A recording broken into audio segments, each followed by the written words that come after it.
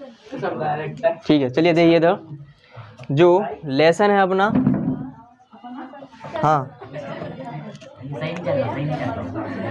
अध्याय नंबर 7 है, जिसका नाम है निर्देशांक ज्यामिति। निर्देशांक ज्यामिति, ठीक है, कोऑर्डिनेट ज्योमेट्री। निर्देशांक ज्यामिति आ रहा है उसमें? नहीं, ए वाला ऊपर दिख रहा है, ठीक है। तो इधर देखिए निर्देशांक ज्यामिति। निर्देशांक ज्यामिति आखिरकार बोलते किसको, पहले तो ये समझते हैं। जैसे कोई भी वस्तु हो या कोई भी व्यक्ति हो, कोई भी वस्तु हो या व्यक्ति हो, उसकी स्थिति अगर अंकों में दिखाई जाए, उसकी स्थिति किस में दिखाई जाए? अंकों में। अंकों मतलब संख्या में दिखाई जाए, तो उसी को क्या बोल दिया जाता है? निर्देशांक ज्यामिति। तो लिखेंगे कि जब किसी वस्तु या व्यक्ति, स्थान भी हो सकता है, ठीक है, व्यक्ति स्थान की स्थिति अंकों में दर्शाई जाती है, अंकों में दर्शाई जाती है, तो उस प्रक्रम को निर्देशांक ज्यामिति कहते हैं। क्या कहते हैं? निर्देशांक ज्यामिति। प्रक्रम समझ रहे हो ना? सिस्टम होता है एक। अगर किसी भी वस्तु या किसी भी व्यक्ति या किसी भी स्थान की जो स्थिति हो, उसको दर्शाना हो या उसको बताना हो कि व्यक्ति कहाँ है, वस्तु कहाँ है, स्थान कहाँ है, उसको अगर अंकों के रूप में दर्शाएं तो उसी को क्या बोलते हैं? निर्देशांक ज्यामिति। जैसे शब्दों में दर्शाया जाता है, मैप पे देखते हैं ना कि बता दीजिए कि दिल्ली कहाँ है मैप में, ऐसे पूछ लिया जाता है। तो वहाँ पर जब मैप में दर्शाया जाता है तो मैप में भी उनके अंकों द्वारा दर्शाया जाता है। जब मैप में दर्शाया जाता है, अंकों द्वारा दर्शाया जाता है, तो उसमें भी किसका प्रयोग किया जाता है? निर्देशांक ज्यामिति। निर्देशांक ज्यामिति लिखा हुआ है। ज्यामिति मतलब क्या होंगे? इसमें अक्ष होंगे, एक एक्स अक्ष होगा, एक क्या होगा? वाई अक्ष। क्योंकि ज्यामिति का मतलब ही होता है कि रेखाओं का अध्ययन करना। रेखाओं का अध्ययन करना मतलब दो रेखाएं जब एक दूसरे को परस्पर प्रतिच्छेद करें 90 डिग्री पर, तो वो क्या बन जाते हैं? अक्ष बन जाते हैं। और ये उसको बोला जाता है, एक को एक्स अक्ष, दूसरे को बोला जाता है, इसमें कब बोला जाता है? 2D में। 2D मतलब 2 डायमेंशनल। 2 डायमेंशनल उसको बोलते हैं जिसमें केवल 2 ही दिशाएं हों। अगर 3 दिशाएं हो जाएं उसको बोला जाएगा 3D। 3D मतलब होता है 3 डायमेंशनल, 3 दिशाएं या 3 विमाएं, जैसे लंबाई, चौड़ाई, ऊंचाई, है ना। तो यहाँ पर समझते हैं, ये होता है, इसको बोला जाता है एक्स अक्ष और यहाँ बोला जाता है वाई अक्ष, ठीक है। तो यही क्या होता है? इसी को बोला जाता है निर्देशांक ज्यामिति अक्ष, या इसी को बोला जाता है कार्तीय तल। इसको क्या बोला जाता है? कार्तीय तल। कार्तीय तल में इसको पहला बोला जाता है प्रथम चतुर्थांश। क्या बोला जाता है? प्रथम चतुर्थांश। प्रथम चतुर्थांश। इसको बोला जाता है द्वितीय चतुर्थांश। इसको बोला जाता है तृतीय चतुर्थांश। और इसको बोला जाता है चतुर्थ चतुर्थांश। चतुर्थ चतुर्थांश। First coordinate, second coordinate, third coordinate and fourth coordinate, ठीक है। पहला चतुर्थांश, दूसरा चतुर्थांश, तीसरा चतुर्थांश, चौथा चतुर्थांश, ठीक है। अब यहाँ पर बिंदुओं को जो दर्शाते हैं उन्हीं को बोलते हैं निर्देशांक।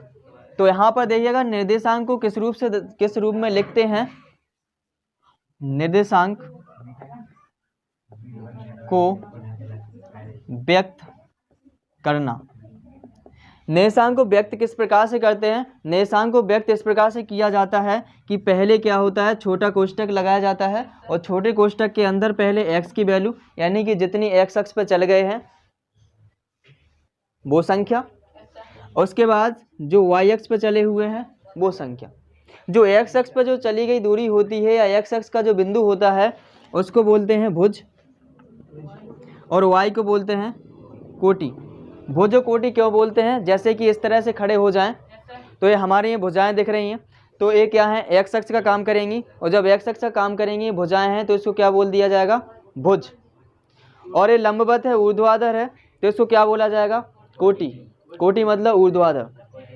समझ आया? तो यानी कि जब ये ऊर्ध्वाधर है तो किसका मान है, y का, तो y का मान क्या बोला जाएगा, कोटि, और यहाँ पर x का मान क्या बोला जाएगा, भुज। इतने में कोई समस्या? तो फिर इसमें किस प्रकार बिंदु भी रखते हैं इनमें कि कहाँ कौन सा बिंदु हो, उनका चिन्ह देख के पता चल जाए, बिंदु देख के पता चल जाए कि बिंदु है कहाँ। इस प्रकार से अगर इस पहले चतुर्थांश में कोई बिंदु होगा तो यहाँ पर जो x पे चलते हैं इस तरफ, क्या इसमें चलते हैं धन दिशा में, इसको बोलते हैं x पॉजिटिव, और इस तरफ चलते हैं इसको क्या बोलते हैं, x नेगेटिव, मतलब x अक्ष की ऋण दिशा। ऊपर चलते हैं क्या होता है, y पॉजिटिव, और जो नीचे चलते हैं क्या होता है, y नेगेटिव। अब ये देखो प्रथम चतुर्थांश काय काय से मिलके बना हुआ है, इस रेखा से, इस रेखा से, इससे घिरा हुआ है। इस रेखा पर चले कौन सी वैल्यू आई, प्लस, इस रेखा पर चले काय की वैल्यू आई, तो इसके निर्देशांक किस रूप में होंगे, x, y, यानी कि प्लस प्लस में दोनों। मान लिया x क्या है, इस पर चली गई दूरी, y क्या है, इस पर चली गई दूरी। कोई समस्या है इतने में? ये वाला दूसरा वाला चतुर्थांश देखिए, दूसरा काय काय से घिरा हुआ है, ये प्लस वाला y, ये माइनस वाला x। तो निर्देशांक लिखने के लिए सबसे पहले किसकी वैल्यू रखते हैं, x की, तो x की काय में आएगी यहाँ पर माइनस में, y में y की काय में आएगी, तो माइनस x, y हो जाएगा निर्देशांक काय का, द्वितीय चतुर्थांश का। इतने में किसी को कोई समस्या, कोई डाउट? इसके बाद ये कौन सा है, तीसरा चतुर्थांश है। तीसरे चतुर्थांश में देखिए एक काय काय से मिलके घिरा हुआ है, ये वाली रेखा देखो, देखिएगा और देखते रहिएगा, इस वाले को देखिए, ठीक है ना। तो इन दोनों के द्वारा घेरा गया है भाग, तो ये पहले x रखेंगे, तो x किस में जा रहा है, माइनस में, तो क्या आएगा माइनस के x। y किस में जा रहा है, दोनों माइनस में आ गए, मतलब क्या होगा, माइनस माइनस, पहली वैल्यू भी माइनस, दूसरी वैल्यू भी माइनस। सो हमें पता चल जाए कौन से चतुर्थांश में, तीसरे चतुर्थांश में। इसके बाद चौथे चतुर्थांश में देखेंगे, जिसको संस्कृत में बोलते हैं चतुर्थ। इसके बाद देखिएगा काय काय से मिलके घिरा हुआ है, ये x, ये y, x काय में है, y काय में है, माइनस में, तो क्या हो जाएगा, पहले x रखा जाता है, तो यहाँ पर x प्लस का होगा, y माइनस का, मतलब पहली वैल्यू प्लस की होगी, दूसरी वैल्यू माइनस की होगी। इनको देख के ही बता देंगे कि ये कहाँ पर होगा। यहाँ पर इसको बोलते हैं मध्य बिंदु, और मध्य बिंदु का निर्देशांक 0,0। मध्य बिंदु उसको बोलते हैं जहाँ से स्टार्ट हो, या मूल बिंदु जिसको बोलते हैं, है ना, जहाँ से स्टार्ट है उसी को मूल बिंदु बोलते हैं। जब जहाँ से स्टार्ट हो रहा है तो यहाँ से x भी जा रहा है, यहाँ से y भी जा रहा है, इस तरफ यहाँ y जा रहा है, यहाँ इस तरफ x जा रहा है, तो दोनों कहाँ से जा रहे हैं, जैसे दो व्यक्ति हों, एक को बंगरा पहुँचा दिया गया, एक को टहौली पहुँचा दिया गया, अलग अलग गए कहाँ से, उल्दन से। जब उल्दन से गए तो दोनों का बिंदु कहाँ से माना जाएगा, उल्दन से, और जब उल्दन से माना गया तो उल्दन क्या हो जाएगा, मूल बिंदु। क्या हो जाएगा, मूल बिंदु। ऐसे ही दोनों यहाँ से गए हैं, यहीं से गिनती स्टार्ट होती है दोनों की, तो यहाँ पर 0 से स्टार्ट होती है, ठीक है ना। तो 0 x की वैल्यू है यहाँ पर, और y की वैल्यू भी यहाँ पर क्या है, 0, तो ये बिंदु हो गए। अगर पूछ लिया जाए प्रथम चतुर्थांश है, तो प्रथम चतुर्थांश का निर्देशांक क्या होगा, तो बोलेंगे x, y, मतलब दोनों प्लस में वैल्यू। द्वितीय चतुर्थांश का निर्देशांक माइनस के x, y, मतलब पहली वैल्यू होगी माइनस में और दूसरी वैल्यू। इसका पूछ लिया जाए तीसरे का, तो दोनों वैल्यू काय में होंगी, माइनस। चतुर्थ का पूछ लिया जाए तो पहली वैल्यू प्लस में, दूसरी वैल्यू माइनस में। इतने किसी को समस्या?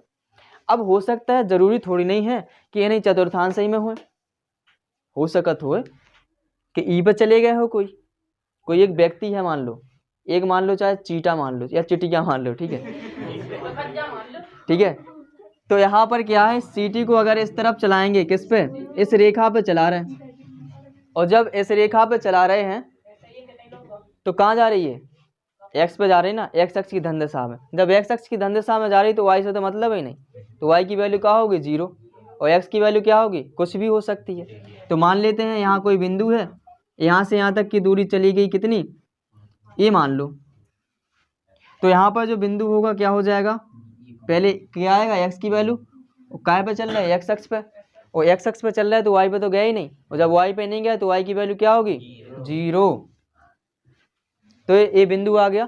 अगर इस प्रकार से पूछा जाए कि एक्स अक्ष की धन दिशा में कोई बिंदु स्थित है तो उसका निर्देशांक क्या होगा, a,0, तो a का मान दिया जाएगा कि एक्स अक्ष पर कितनी दूरी पर है, तो उस हिसाब से रखेंगे। ऐसे यही पूछ लिया जाए कि ऋण दिशा में स्थित है, कहाँ है, ऋण दिशा में, तो यहाँ मान लेते हैं कि a दूरी पर स्थित है, और जब a दूरी पर स्थित है, काय में है, ऋण दिशा में, तो इसकी वैल्यू काय में ली जाएगी, माइनस में ली जाएगी। तो यहाँ क्या होगा, माइनस के a, y की वैल्यू 0 ही रहेगी। इतने में किसी को समस्या? अगर a y पर चली गई हो चीटी, अगर y पर चली गई हो, यहाँ मान लेते हैं कि इतनी दूरी कितनी तय की इसने, b दूरी तय कर ली, कितनी की, इसी पे गई, x पे तो गई नहीं अभी, केवल इस यहाँ से यहाँ तक गई, अक्ष पर चल रही ना, कौन से अक्ष पर चल रही, तो उसी का मान लिया जाएगा, कितना है, तो y का कहाँ रखते मान, बाद में रखते हैं ना, और पहले काय का रखते हैं, x का, तो x पे नहीं गई तो x का क्या होगा, 0, y पे कितनी गई, b, तो b। तो y अक्ष की धन दिशा में कोई बिंदु स्थित हो, y अक्ष की धन दिशा में कोई बिंदु स्थित हो, तो उसका जो निर्देशांक होगा क्या होगा, 0, b, और b का कोई मान दिया जाएगा कि y अक्ष पे इतनी दूरी है, कोई भी 5 सेंटीमीटर, 10 सेंटीमीटर, कुछ भी हो सकता है, किलोमीटर भी हो सकता है। ऐसे ही y अक्ष की निर्देशा में आए तो y अक्ष की निर्देशा में यहाँ माने लेते हैं ये बिंदु कि यहाँ से यहाँ तक कितनी है, b, चीटी ने b दूरी तय की, कौन सी दिशा में, माइनस दिशा में y अक्ष की, तो माइनस में ली जाए किसकी वैल्यू, y की वैल्यू, तो y की कहाँ रखी जाती, दूसरे नंबर पे, और पहले क्या रखी जाती, x की, तो x पे तो गई नहीं, इस हिसाब से देखा जाए तो x की वैल्यू क्या होगी, 0, y की वैल्यू क्या हो जाएगी, -b। तो पूछा जाए कि y अक्ष की निर्देशा में बिंदु के निर्देशांक क्या होंगे, तो 0, -b होंगे। इतने में किसी को समस्या? तो इसमें देखिए कितने बिंदु बन गए हैं, एक पहले अक्ष में, एक दूसरे अक्ष में, एक तीसरे अक्ष में, एक चौथे अक्ष में, 4 बिंदु ये हो गए। इसके बाद एक मूल बिंदु से 5 हो गए, और इस अक्ष पे, इस अक्ष पे, इस अक्ष पे, इस अक्ष पे कितने हो गए, पूरे टोटल करके कितने हो गए, 9। तो ये केवल 9 ही बिंदु हो सकते हैं इसमें, कोई समस्या इतने में? तो जल्दी से उतार लो इसको।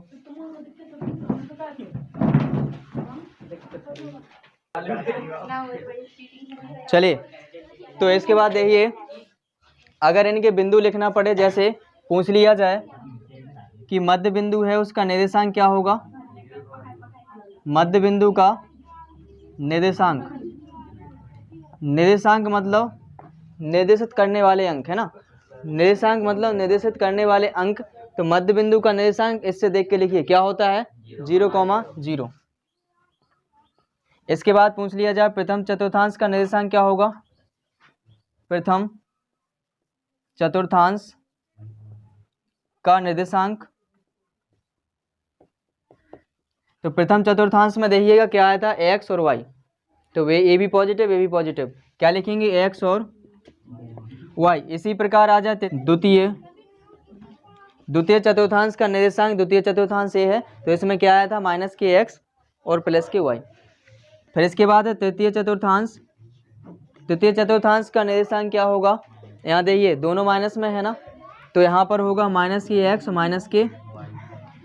फिर इसके बाद है चतुर्थ चतुर्थांश,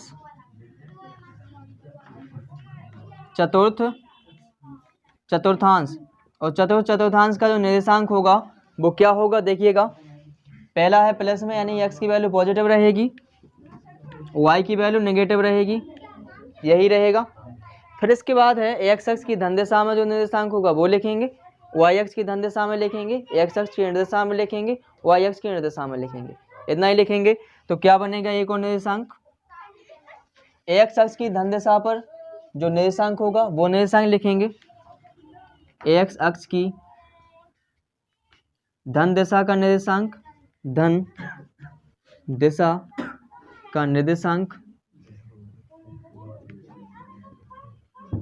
क्या हो जाएगा, देखिएगा क्या है, a,0 तो a काय की वैल्यू थी x की, तो x,0 हो जाएगा,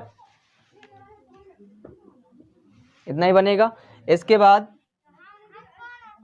a हो जाए ax अक्ष की ऋण दिशा में, ax अक्ष की ऋण दिशा में या ऋण दिशा का निर्देशांक क्या होगा, क्या था यहाँ पर -a,0, तो जब -a है तो काय की वैल्यू है a, x की है ना, तो -x,0 होगा, तो लिखेंगे -x,0। इतने में किसी को कोई समस्या। इसके बाद बचा हुआ है y अक्ष, तो y अक्ष की धन दिशा में देख लेते हैं, तो यहाँ लिख दें, यहाँ लिखते हैं, ध्यान से देखना,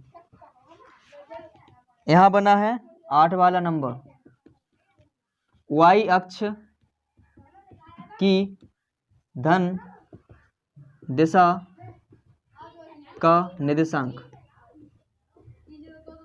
धन दिशा का निर्देशांक क्या हो जाएगा, देखिए y अक्ष की धन दिशा में क्या था 0, b, 0, b था ना यहाँ, तो b काय की वैल्यू थी y की, तो यहाँ पर 0, क्या हो जाएगा y, 0, y। कोई समस्या है इतने में। अगर यही कह दिया जाए y अक्ष की ऋण दिशा, y अक्ष की ऋण दिशा का निर्देशांक क्या होगा, देखिए इधर ऋण दिशा में क्या था 0, -b, और b काय की वैल्यू थी y पर, तो क्या लिखेंगे 0, -y। तो ये 9 प्रकार से बनाया जा सकता है, 9 प्रकार के बिंदु हो सकते हैं। कोई समस्या है इतने में, तो जल्दी से इनको लिख लो, ठीक है ना, फिर अगली क्लास में समझेंगे अगला टॉपिक।